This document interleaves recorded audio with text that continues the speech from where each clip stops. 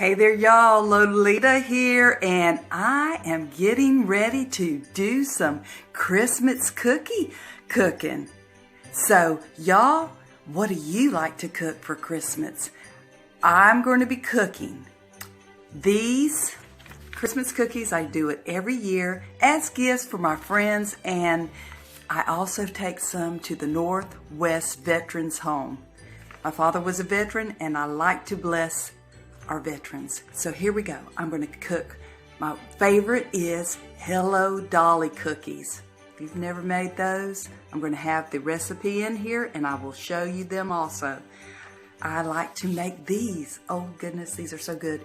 Cream cheese pecan cookies. If you don't live in the South and never had these, you need to make you some. Also, I will be making creamy, smooth pecan pralines, and I will show you those also.